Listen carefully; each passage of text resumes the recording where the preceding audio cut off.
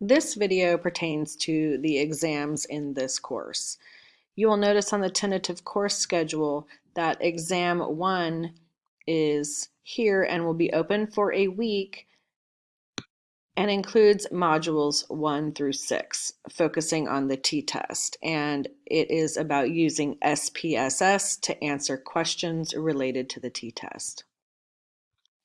Exam 2 I've highlighted here is going to be focusing on the one-way and two-way ANOVAs. So again, this exam will be open for a week. You will have 1 week to complete the exam. The final exam is this capstone module.